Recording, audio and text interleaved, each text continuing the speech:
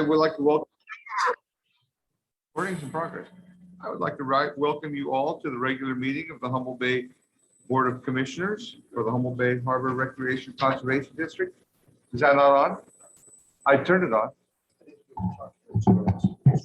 Can you hear me, Mindy? Okay. At this point, I'd like to do the Pledge of Allegiance. Ryan, would you like to lead us? Pledge allegiance to the flag of the United States of America and to the republic for which it stands, one nation, under God, indivisible, with liberty and justice for all. Is my thing on when the little line thing is down? Yep. or- Yeah, down forward. All right, a report on closed session. Yes, there was no reportable action taken in closed session. No reportable action taken in closed session. At this point, our public comment section of the agenda allows the public to speak to the board on the various issues not itemized on this agenda. A member of the public may also request that a matter appearing on the consent calendar be pulled and discussed separately pursuant to the Brown Act. The board may not take action on any item that does not appear on the agenda.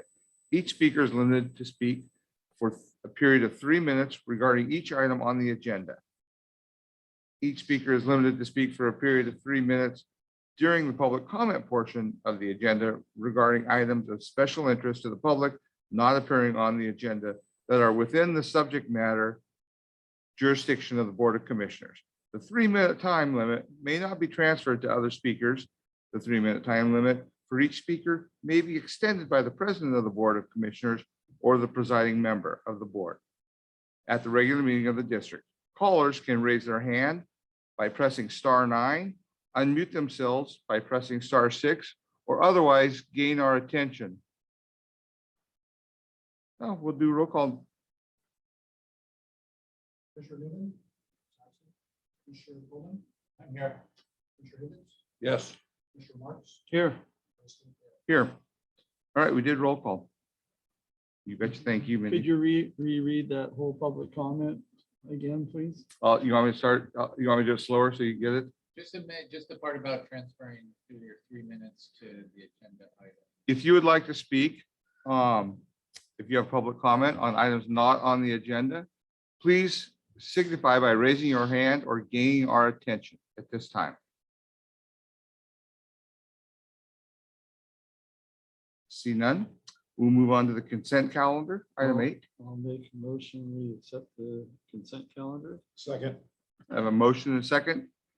I'm assuming we're doing roll calls on everything still. So any discussion on the consent calendar?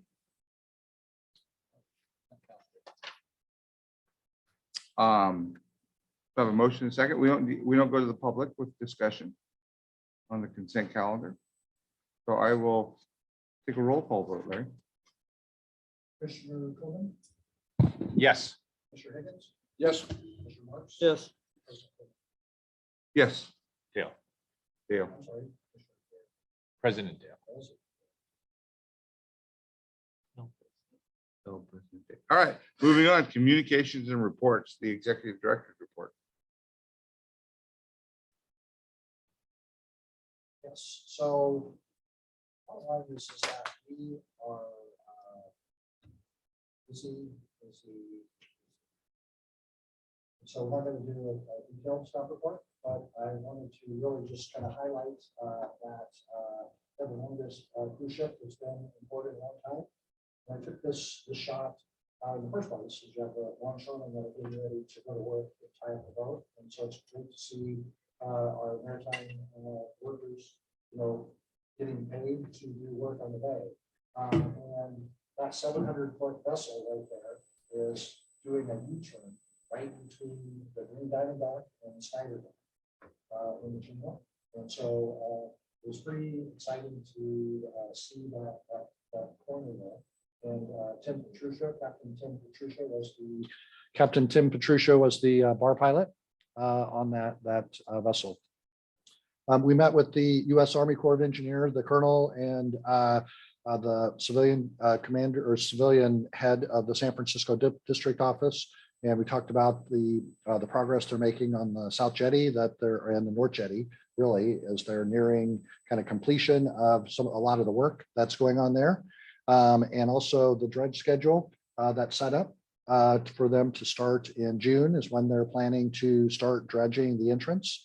The survey boat, I believe, is going to be here next week to start doing the pre-dredge, a lot of the pre-dredge surveys. And some of the other docks in the area are also going to get have surveys done at the same time. So we can get a good sort of idea of some of the improvements that other docks might need to do as far as like dredging and other things to prepare for the maritime industries here. Then really, staff has just been going like gangbusters. I just want to take a moment to say thanks to Mindy and Amber and Doug, our new staff person, Chris, Rob, the maintenance staff. There's just a lot of work that's going on. And it seems like we're treading water on a lot of things, but at the same time, every time I go and I look at my list and I say, well, have we completed that? There's a number of things that are just being checked off left and right on our list. But the list is just long. It's longer and longer and longer. And so I think really want to take the time to thank staff for really putting in all the extra effort that they're doing for the district. And it's really, really starting to pay off. Thanks, So staff. I'm going to keep my presentation short. I'm going to turn it over to Chris to briefly. So I don't have much this time to report. We are crazy busy with all kinds of tasks. Mainly lately, we've had a number of partner agency calls for service from Humboldt Bay Fire, U.S. Coast Guard. Corey Moores, our marina manager, took ports out recently, which of course works on our navigational aids in the bay. We're continuing the vessel demo down in Fields Landing. We've moved on to the Arcturus, so we are making great progress down there. We did pump off a great deal of fluids from that. We have that scheduled for pickup next week. So far, so good. Let's see. I think that's really the bulk of it. So nothing too much to report, but and thank you. I'll extend your thanks to the staff. They have been going like gangbusters. So sure. So we've done our annual mowing. We just mowed the ash dump. If you remember, we reported a couple of years ago that we were having trouble with keeping grass on there and we have to have a cover on it. So we hired a gentleman who just basically by basic mowing, it reseeds, it regenerates itself through the mulching process. So that's done. We've done Redwood Terminal 1 to keep all the pampas grass down for our incoming beautiful terminal. And then of course, we just mowed the wildlife area here. So thank you. I'm glad we could get accommodation for the management of that area. It keeps down the invasive weeds, which are flammable, not edible for the wildlife. And so I saw that improvement this evening and I liked it. And I'm glad we're able to do that. You want to get some slides? I think I took them out. Okay. All right. Also, as a quick update, the wind project is furiously underway. We've got 15 different tasks happening simultaneously. We've got geotechs, topo survey, biological, all happening in the field. CEQA's kicked off in various specialties. So there's a lot going on with the wind project, and that's going really well. Nordic, there is a planning commission meeting a week from tonight, 6 o'clock. Board of Supervisors chambers. It's the second in a series of 2 meetings for a workshop, and then potentially a meeting after that for approval, though the workshop could be continued as well. Spartina project's going well. The contracting is still underway, and we're starting to engage the cultural monitoring contract with the Wiyot tribe. And I think it's a good enough summary. Thanks, Rob. Any other staff reports? Mindy? We'll move on to district council and treasurer reports. No report from council. I'll just do a real quick update of what I've been doing the last month or so. Just every month we do the cash report, and get the information from Mindy, and she does a real good job getting that out. She's been real current on that, and I do some final review of the general ledger so we can get you the monthly reports at these meetings. So also in April, there was a annual state controller's compensation report. So that's something we have to do each year. That was due by the end of April, and that was prepared and filed.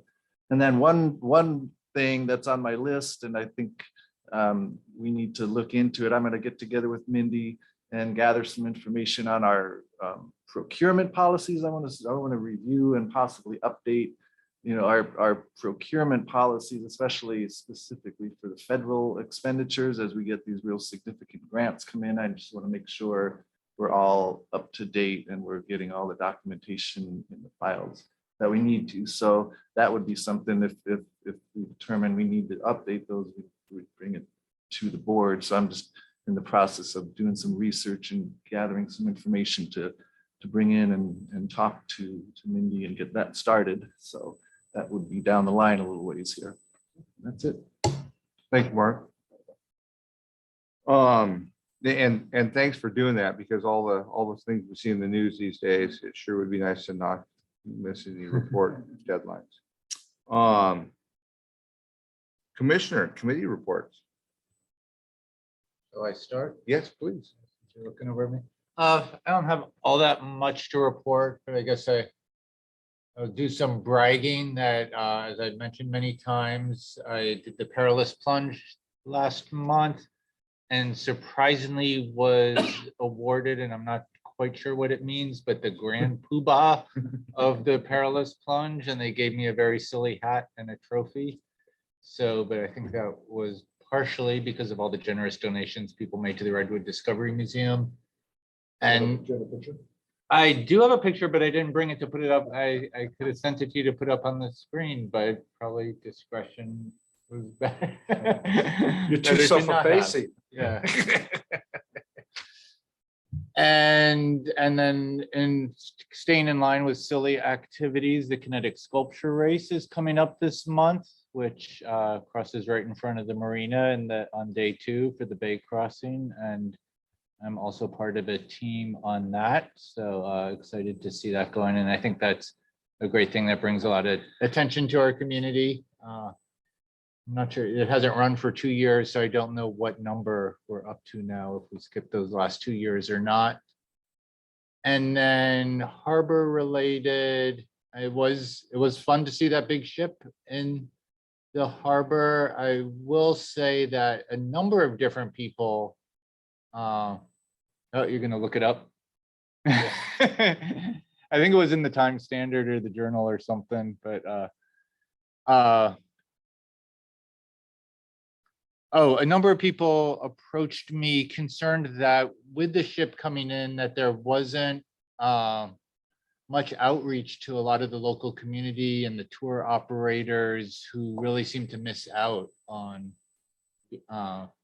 being able to bring tours around to the various different things. And I know that's happened in the past with the other ships that have come in the past. So I know that wasn't necessarily our role, but it does appear that, I'll just say that there was a misconnection that happened there. And, one of the whole reasons for getting these big ships to come in is to support our local businesses.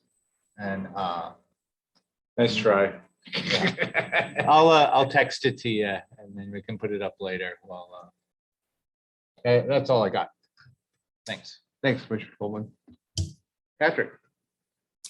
Well, I've been meeting with the Humboldt Bay Development Association, which is the other hat that I wear related to peninsula related economic development. And I'm glad that enterprise or group has been able to play a strategic role in the new market tax credits and may have some continuing use in terms of economic development on the peninsula.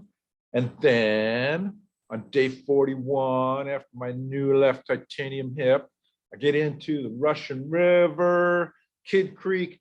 That's me. I know my lips don't look like that normally, but when I'm sucking on a snorkel. And the main thing with this enterprise is make sure the snorkel's pointing up. But Kid Creek is a trib of the Russian, and it's almost in the estuary, below Monte Rio, trib of Austin Creek. And I've been in there for the last 6 years. for a private client, and my hip worked, and I found divine lighting. And if Larry can advance the PowerPoint, I will amuse. Where's the line? Yeah, there we go. Well, that's not really working, but this is kind of, it gives you a sense of what sublime light there is underwater. So there's like shafts of light coming down through the redwoods. And see the fish in this picture, there's a bunch of them. And I play the game with kids. It's hard to see them because they're camouflage. Click the next one there, Larry, I think. Yeah, there we go. Okay, those are Cove salmon in the back. They have fins that are like sails, and they have white lines on them, both on the top, the dorsal, and on the bottom, the anal fin. And then the other one nearest, that's actually a steelhead. So they look a lot alike. But in this creek, coho are dominant, which is pretty unusual. Next one. So that's all coho. And so this is really, I'm like crawling on my belly like a salamander, and mostly you're not seeing that much, and then you get into them. And so then you have to be very still. You hold your breath, and then you move in, take a picture, move in, move in, move in. And this is what you get. You get up close and personal, beautiful fish, great lighting, and I got lucky. And this is the mystery fish. This is an ancient fish. This is a 3-spine sickleback. So I'm not just prejudiced for salmonids, but I just thought it's been years since I showed fish pictures. Richard wants the videos back. I don't think I can go that far. But at any rate, I'm back in the water. My hip is totally functional. My physical therapy was not just good for my hip, but also for my head. And it's good to be back in the saddle and doing what I do. So thank you. Thank you. Back the license. Richard, Pat, when are you gonna be back out on the ball field? Batting practice and coaching. I promise to give you some push-ups in a third base coaching box if you put me in. Nice. Of course, Pat already mentioned we had a Humboldt Bay Development Association meeting, and we also have a new member of that. So we replaced one. So we're in good shape, and we're ready to do whatever the harbor district feels is necessary for us to use as a supporting task of doing something for this project. And Larry is on top of it and finding out the information that we need to move that forward. I also went and took a look at the cruise ship. That was nice to see the excitement of people. There's about 200 people on board. I think it holds about 800. So next time maybe, we could coordinate a little bit better and get more people, interested in what's going on there. That's about it. I had a softball game tonight. Looks like it got rained out. I would have played in the rain. I just want that to be public. But you get rained out for that much rain? I know, that's what I was saying. I'm done. Thank you. So we don't have to hurry. You know what I noticed? The cruise was in the Santa Rosa Press Democrat Nice. with a photo. Awesome. The word did get out to some. So we've had a busy couple of weeks with the cruise ship. That was highly entertaining, highly educational for all of us, including the people that operate in the port. Docking and moving that thing around was fun. Thanks to Dave Snyder for letting us use his dock. That was incredible. And then we've had a couple meetings with the Wind Energy Committee. That's been ongoing and interesting. And then we've been working on bar pilots. And if there is someone out there, where am I looking at a camera? Is there someone out there that has a 1,600-ton license that would like to be a Humboldt Bay bar pilot? Please contact Larry Octor. We are looking for you. We are recruiting bay pilots, and it takes some skills and it takes some experience, and we're willing to help you with both. So I think that's my plug for the pilots or pilot committee. Commissioner Newman is fishing currently off of Pigeon Point. I talked to him on the way to the meeting tonight. Catching fish and having fun. There's, what do they say, Pat? The worst day Fishing Yeah. beats the best day working. Yes, and I forgot to mention that I have a ticket to ride on the Real Steel on Sunday. Oh, And the swell is under 5 feet. And Tim Clausen put red hot in all caps in his fishing report yesterday. for rockfish? Salmon, Oh, below the Cape? nipping salmon, no, right outside here. Oh, And it's not that good for like, if you've got a 10-foot boat, you're not going out. It's really pitchy. But if you have a good boat like Real Steel, then you can fish in a little bit of wind. And you got him into him yesterday, big time. And so that's a good sign. Yeah. Fish are eating krill and salmon are going on out there. awesome. Contact your local guide. Get yourself out to see the salmon. All right, that's all I have. Any correspondence? I just wanted to bring up the California Energy Commission sent us a meeting invitation to basically they're outlining the transmission upgrades that would be required to do offshore wind. And I believe that's on the next Wednesday is what I believe that is at 9 a.m. And so You'll send that's- us the information. I'll for send that? you a link to that. And that's really is a big step because obviously workforce development, they also outline workforce development in there. They don't really touch on the port infrastructure in the report, but really the workforce investment, the transmission, and the port are really the big three things on the land portion of the project. So that's the correspondence that we received. We also have a public records request that I'm working on. It's a big one that we're all working on, and we're going to need to do an extension on that one. But they basically want to know have all the leases for all the properties that we have and any labor negotiations. There's a whole series of things. It's a lot of information that. Who's that from? I believe it's. Yeah, the National Longshoremen Union. Okay. Did you get the?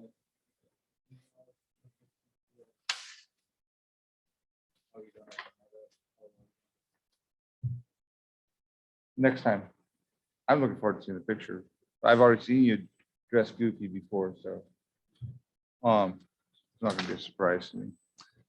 So we're gonna move on to unfinished business. Item 10A, consideration of resolution 2022-04, a resolution to authorize the execution of a grant agreement and accept funds from the Maritime Administration of the U.S. Department of Transportation for a 2022 Port Infrastructure Development Program grant for the Humboldt Offshore Wind Terminal Project. So move.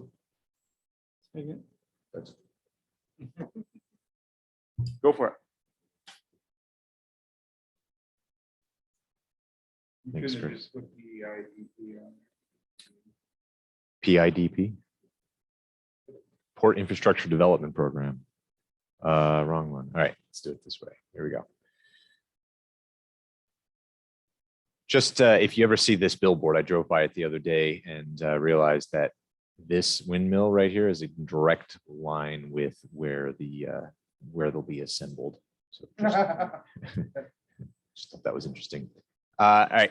So the quick overview, we are asking for $11.25 million from MARAD this year for the PDIP grant application. And we are offering 7.8 million in match leverage. And that's going to be entirely drawn from the CEC grant that you approved a couple of months ago for 10.45 million. So it takes a big chunk of that grant that was granted to us. And that's about 41% match. And the reason is the project that we came up with this year to get started is a nearly $20 million project. And to be competitive, we really want to get this money from MARAD. And so it was recommended to us to match it 40% instead of 20%. The project consists of construction of phase 1, property acquisition, which is in the phase 2 area, and then permitting and engineering, which is phases 1 through 4.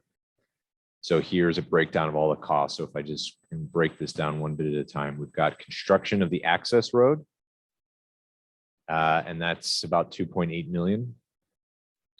Construction of the wetland mitigation, which is about 1.6 million. And those are both within phase 1 area. I'll show you a map in a moment. Then we've got a terminal yard, 11.5 acres, where we're going to be raising the site and leveling it and compacting it so that it's ready for hosting wind turbine multi-purpose tenants. So that's nearly 4.5 million.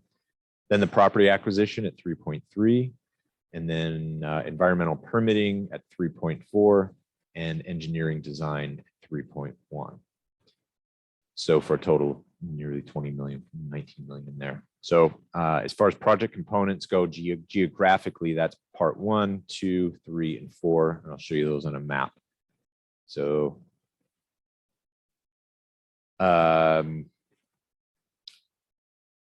this purple outside line is the overall master plan. This yellow here is the terminal yard that we're going to be raising up. This is the wetland mitigation and the access road, and then that's the property acquisition. And here's the same stuff on the phasing map. Again, that's the total ask, and staff recommends that you adopt the resolution that authorizes the submittal of this grant application. Yeah, I noticed in the staff report you had originally for construction of 5,685,000, and now it's dropped almost $1 million, so you're able to find some other. Yep. So when I wrote that a week ago, worked through the weekends, worked very late last night. So this was like right up to the last minute. So that was the best guess I had a week ago, but we've been going back and forth with our structural engineers and changing the estimate. So I think everything in there is accurate up to the point of the individual dollar amounts. Perfect. That's good. Yeah.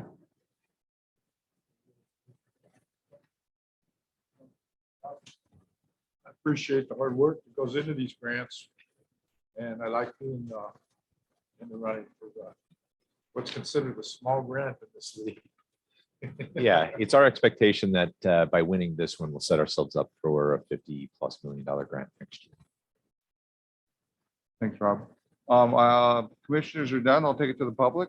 Committee, do we have anybody from the public who would like to comment on our resolution 2022-04?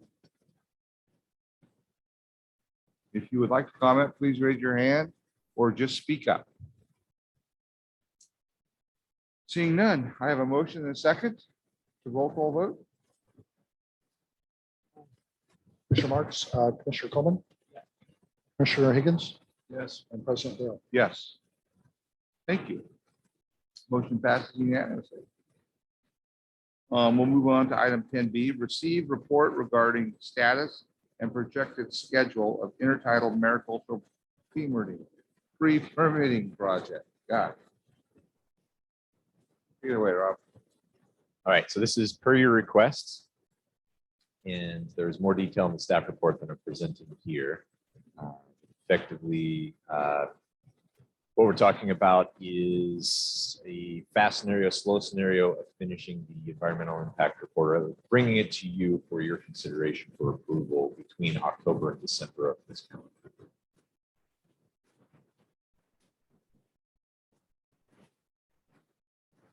That's this year. Yeah. I think the fast schedule is already, that's kind of long. I've grown old watching this process. The new fast schedule or the new slow schedule? That's our projection of what it's going to be. Good.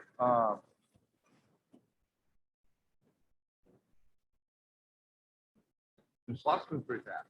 It's surprising. All right. Any comments from the commissioner?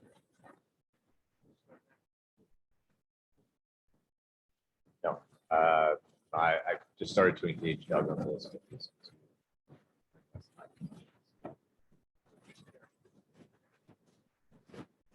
Yeah, and Adam.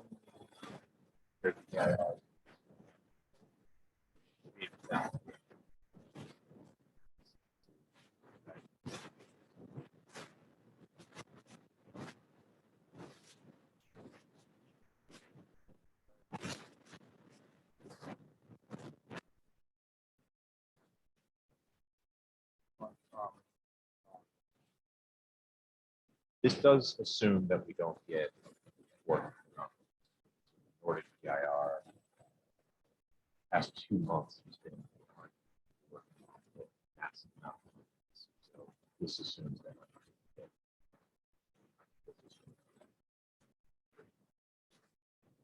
Agreed. That's why I feel confident in this schedule, but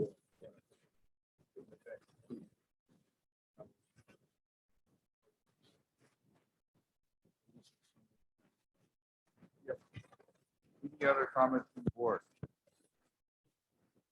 Any comments from the public? Please signify by raising your hand or speaking up.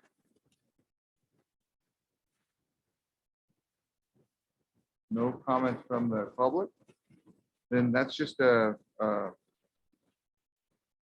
informational item. We're going to move on to new business. 11A, official vote to elect one candidate to serve as a regular special district and one candidate to serve as an alternate special district member of LAFCO.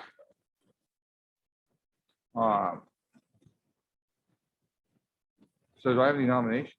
I'll nominate Troy Nicolini for the independent special district.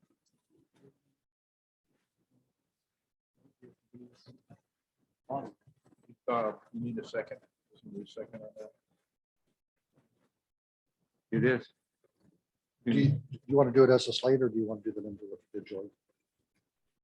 Okay, good point. I'll do it as a slate. I'll have Troy Nicolini, who is an incumbent, to be the regular member, and Heidi Benzanelli to be the alternate member. Second, if that's appropriate. So that's the slate you're offering, so I think that is motion. Yeah. So you're moving for those two candidates to be considered. I'm seconding. Any comments from the board?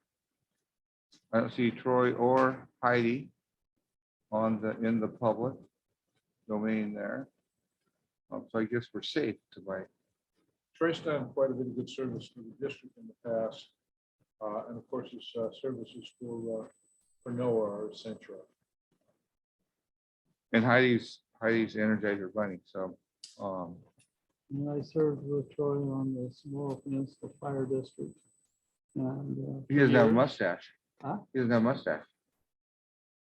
Sorry, I said that out loud. So I have a motion and a second. Any other for Troy Nicolini, Heidi Benzanelli? I butchered her name. I know how to spell it too. I butchered it. Any comments from the public?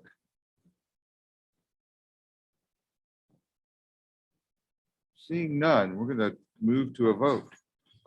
Commissioner Marks, yes, Commissioner Higgins, Yeah. Commissioner Coleman. Yeah.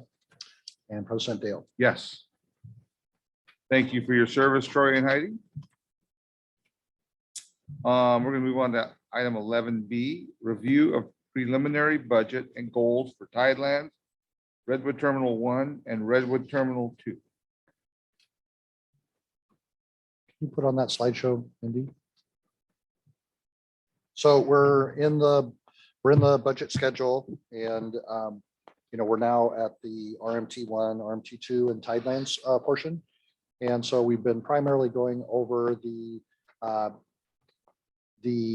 maintenance, which are the big ticket items, and then what the goals are for those projects. And I'm going to let Chris go ahead and take over and go over a lot of the maintenance projects that we have. Commissioner Marks had requested that we kind of outline a comparison between what was proposed or approved last year and what was not included in the budget versus what's in here today. And I have an Excel spreadsheet if you'd like to go in and take a look at some of those kinds of details as well, but those are not included in the slides and they were not included in your packet, but we do have them available if you wanted us to go over those as well. Chris, do you want to go ahead and get started? Sure. So we've moved our vessel expenses to our Tidelands category. So it's same as what we've always done on boats, just in a different area. And these are just some of the basic things we want to do. And the most important one would just be to identify the annual haul out maintenance of each of our district vessels. In the current years, we're using our vessels more than ever. It seems like we've come out of COVID and our activity on the water has been almost constant. So these are some of the basic things we want to do. We do have some deferred maintenance on Fire One. We have a monitor that we can use, but we have to do it by our methods to control the boat, not some of the robotics that are available on the boat. So we want to go ahead and take care of that. And we're having some failure in the wiring to our navigational accessories, which is the tower that you see on the top of the boat. Other than that, these are just some basic repairs. I guess we do have a novelty in there. We have an autopilot feature on Fire One that has never been installed, or excuse me, never been connected. It's been installed on the boat, but it hasn't been connected. So we'd like to go ahead and get that connected and see if there's benefit from that. That's really it for our vessels. From the dollar standpoint, we're proposing to invest $20,000 in Fire One, $5,000 in the Port Authority boat. Then we have excuse me, I'm a little tongue tied here. Some smaller work vessels. The Barfly and one we affectionately refer to as Frankenstein. Those are the boats we use in the marina to do the bulk of our heavy work. And we have $5,000 there. And these are important repairs. These aren't gift asks. These are things that keep these vessels in top working order. So when we're called upon, we can respond. Moving on to Redwood Marine Terminal 1, knowing that we've got some pending development out there, we're trying to simply maintain the storage warehouse building so our existing fisheries storage and aquaculture can continue. We've got a very long road in there, and so we have some deferred maintenance to do on that road to make it accessible for our current tenants. Again, we talked earlier, we've been mowing the vegetation to keep that area ready to go as we develop it. And then, of course, we're going to continue to pursue multi-purpose dock design and development options. And hey, we're in the home stretch. We're getting ready to close that THA transaction. So that's one of the Redwood Marine Terminal 1 goals for this year, is to hand that off to them.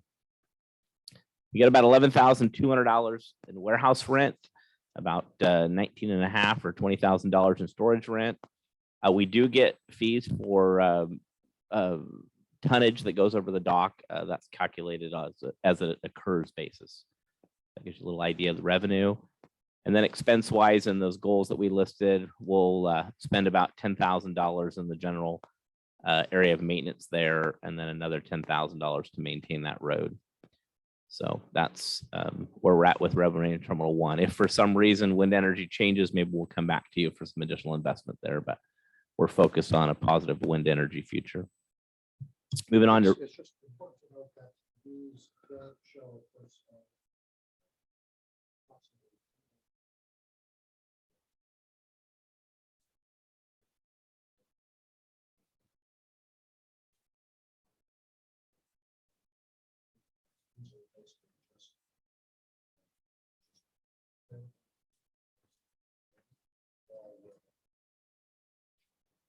And improvements. So Redwood Marine Terminal 2, excuse me. No, excuse me, I am right in the slides. So continue to target efforts, our marketing efforts on aquaculture and other water related uses. We do have our interim uses, and we certainly want to maintain those folks. And then we're trying to get in the home stretch with Nordic. So we are assisting the tenant to get their permits to develop their fish farm. We're removing all the debris within the leased area. We reported on that last month. We're down to just one pile. And then developing building plans for future tenant relocation. Part of the process of Nordic coming in is some building demolition. So the intent now is to relocate our existing tenants on site into the main warehouse. And probably one of the biggest things of all, of course, is going to be to get, once Nordic gets their permits, is in conjunction with the removal of all the things there, is really coordinating with Nordic with the new infrastructure and laying out all the planning work as they're doing the demolition to make sure there's no disruption in the utilities that are going to go in, and then also planning for the upgrades of new utilities that are going to serve our existing warehouse facilities and our existing tenants and all the other things that are going on at RMT2. And so there's a lot of things that are on there that are really going to be tied to the Nordic aquaculture project, and that a lot of those are within their budgets as opposed to in our budget, because those will primarily be tenant improvements. So this is more in Rob's world. He's working on permitting and developing the master saltwater intake for use. We have our annual routine maintenance and structural integrity assessment of the outfall line that's coming out this year, and it's a requirement of our State Lands Commission lease. We're continuing some dock upgrades. We've been putting a little bit of money each year into the RMT2 dock for some of the failing planks and rails. We have the liquor silo contents to remove. And then we have some perimeter fencing that's pretty compromised at this point in time, so we need to secure our site. And finally, we're working on an upgrade for the warehouse lighting. We're getting closer and closer to those estimates every day. I'm working with gentlemen over at our CEA to accomplish that. So we get about $587,000 in estimated gross income over at Redwood Marine Terminal 2 from the rents from the existing tenants. And we're going to spend a little bit of that. We've got $20,000 for dock improvements. The warehouse lighting project I mentioned at $20,000. That might trend up a little bit. Site cleanup of those remaining debris is $15,000. The outfall maintenance is $60,000. That's to get a team of divers for 2 days to go out and work, find the line, jet it out, and check the diffusers. Finally, the removal of the liquors from the silos. So we're looking to spend about $135,000 on these larger capital projects. Some of the deferrals, dock improvements, this is what's basically remaining. And I mentioned before, we're working these these deferrals down as the years go on. So we'll have another $20,000 in dock improvements, some more on our fencing, roads, the exterior lighting, which we'd like to attack. And then that nice siding that we put up a few years back, starting to need some areas where we'll have to do some painting to maintain that. But we feel we can do those in the coming year. That wouldn't be necessary to do this year.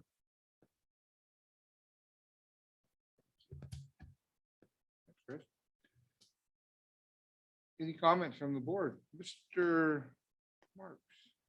How many gallons approximately do we have of liquors that are still in the silos? And have we taken a pH level to see where they're at about? So we have tested for pH. We know we have the equivalent of rainwater. That's been verified by the testing that we've done to date. And also we had a small release at one point in time. So we had the officials on site, they tested it as rainwater. So I believe right now we have close to 40,000 gallons, I believe is the number. Cumulative, but keep in mind, we take on rain. So until we can secure the ability to remove those, we're going to continue to take on some volume. So those are sitting at about 0 as far as pH. Yeah, we have, It's about 7. it would be negative. So I believe 40,000 gallons. I could be incorrect on that number. We don't have the ability to put roofs on those. We have some of the parts, but we're in many cases, we'd have to work at over 100 feet. And we don't have the current skill set or the tools to do that. So that would be the only way to stop taking on more fluid would be to cap those off or get our permit so we can go ahead and get the cooperation from the agencies to release that material. Have we ever been having any discussion at all with the EPA about their agreement to take those tanks down? We do work with Region 9. There have been requests into them. I think at this point in time, we've got to get rid of some remaining materials. We could have probably a more in-depth conversation on that. In the end, they were drained, but there were no roofs on them. So they've taken on rainwater. It's essentially what we You have. can't leave the valve open. And these are an accumulation. We can't do that, no. And why did the hold up? They just taking them down. It is. Demolition. Ultimately, we need to get a permit to release the water. So even though it's tested as it is, we can't just release it. So, To release the water. right. And our options are potentially to do it on site as the US EPA had done it originally and using a method there. Or another option is to get an MPDES permit and send it out our marine outfall line. And those are the two identified options.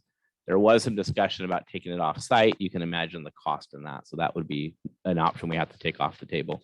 And just for the record, that one that is on the far east side, I grouted when I was about 25 years old. I did not do a very good job. I can't understand how that thing hasn't just fell apart by now. It's not leaking. It's not leaking. They obviously did something right. Lots of overtime hours. Yeah, Well so done, just well to, done. to just sort of, because we brought up the silos is that, we, in the first place is that some of them don't, where the black liquors were stored, which was the main contamination of concern, is what happened was that the EPA, when they removed the material, while they were working on other portions of the site, all the reports and all the documentation show rainwater went into the tanks when the EPA was here. And then all the reports show the EPA tested it and it was rainwater and they discharged it on site, just surface discharged it on site. And then we tested it and we sent it to a lab in Canada that specializes in pulp manufacturing. And they said there's no, they couldn't find anything that was associated with any pulp products that were in there. And then with SHN, we took additional samples and we took them to North Coast Labs to see if there were any other items in there with the pH samples and other potential constituent contamination. And they didn't find anything. And then as Chris said, is then we had an incident where there was some leakage that came out that got into the secondary containment. And we immediately notified the County Department of Environmental Health, and they sent a person out and they did field sampling and they verified that it was rainwater and the pH and everything was good. And then we took all of this documentation and then I transmitted that to the North Coast Water Quality Control Board and have requested that they authorize us to discharge it onto the groundwater, onto the ground as rainwater, as per our stormwater management plan that is was currently laid out for the site. And so I just wanted to disclose all of that because this is really an important issue. And it was a big concern to make sure that there wasn't a problem with that rainwater, but every test has come out that neutral pH and no contamination that was associated with it. The only on one or two of the tanks, to the best of my knowledge, there was a slight coloration that were in there. And what we were saying is that we felt like before we were going to discharge it, we were going to run it through a filter, which would remove the color. And then all the coloration would be removed out of it entirely. And do we have an estimate of the cost for that? You have a guess. I guess would be fun. It's in the budget, it's somewhere between $20,000 and $32,000. But these are us using professionals who do this, but it's really a wild guess at this point in time. Thanks. And I guess lastly, that yes, they are in the Nordic plans to demolish those. And so if the Nordic gets approved, then they will demolish those and that will just eliminate any potential or future hazards on that site. They'll come down someday. They're gonna keep the grout in one tank. Yeah. We'll make a necklace out of the grout for you. Any other comments from the board? I'm gonna take it to the public. Anybody from the public wish to comment on the budget goals, Tidelands, Terminal 1, Terminal 2? If you would like to speak on this subject, please speak up or raise your hand. Seeing none, we're gonna go, I think that's just informational as well. Thank you for that, you guys. Gals. We'll move on to 10C, consider adopting resolution 2022-03, a resolution to authorize the execution of a grant agreement and accept funds from the California Department of Fish and Wildlife for Secretariat Services for the Humboldt Safety Committee of the Humboldt Bay Area for fiscal year 2022-2023. Isn't it secretarial? Second. Secretariat was a racehorse. I read it as it's written. I know. I'm No, sure but Ryan approved that. Secretariat was named after the Secretariat of the Public. The Secretariat. Sorry, I did second. Shouldn't have digressed. So before we, I just wanted to mention that this is really an important piece for us, and it really is the safety committee. It funds the safety committee and the apparatus, everything from oil spill response to the the bar pilots, the sheriff, the Fish and Wildlife, all of the different recreational fishermen, commercial fishermen are part of the Harbor Safety Committee, along with the Coast Guard, U.S. Army Corps of Engineers. And one of the things that we're committed to work on, and again, I wanted to thank Amber Sheehan for this and our staff, is that we're working on updating the harbor safety plan. And our plan is to get that completed within the next few months, and then to bring that to the safety committee, which really updates all of the contact information, all of the safety information on what are the tugs, what are the apparatuses, where are they located in the bay. And so anyway, I just wanted to give you an update on what this grant is all about, and then how it helps us in the day-to-day implementation.